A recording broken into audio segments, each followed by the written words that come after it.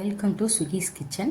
சாம்பார் ஈஸியான முறையில் எப்படி வைக்கலான்னு பார்க்கலாம் வாங்க. தேவையான பொருட்கள், தேவையான சாம்பாருக்கு என்ன காய்கறி போடுங்களோ அதை எடுத்து கட் பண்ணி வச்சுக்கோங்க. துவரம்பருப்பு, சீரகம், பச்சை மிளகாய், தக்காளி, சின்ன வெங்காயம், புளி சிறிதளவு, பெருங்காயத்தூள், கருவேப்பிலை, கடுகு எல்லாத்தையும் எடுத்து ரெடி பண்ணி வச்சுக்கோங்க. துவரம்பருப்பை நல்லா கழுவிட்டு குக்கரில் தேவையான அளவு தண்ணி ஊற்றி மஞ்சத்தூள், விளக்கெண்ணெய், சீரகம், பெருங்காயத்தூள் போட்டு ஒரு தக்காளி, 2 பெரிய தக்காளி எடுத்து வச்சுருந்தோம். அதில் ஒரு தக்காளியை போட்டு அதில் போட்டு 5 விசில் விட்டு எடுத்து வச்சுக்கோங்க. ஒரு கடாயில் நம்ம வச்சுருக்கிற காய்கறி, நான் முருங்காயும் மாங்காயும் போடுறேன்.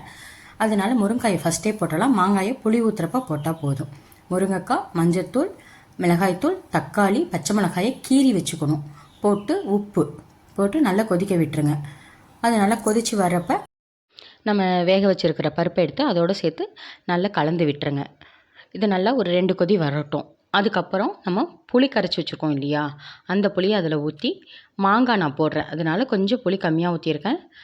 மாங்காய் துண்டு போட்டு நல்லா கொஞ்சம் அந்த மாங்காய் துண்டு வேகிற அளவுக்கு ஒரு 5 நிமிஷம் அல்லது ஒரு 7 நிமிஷம் நல்லா நல்லா கொதிச்சிரும்.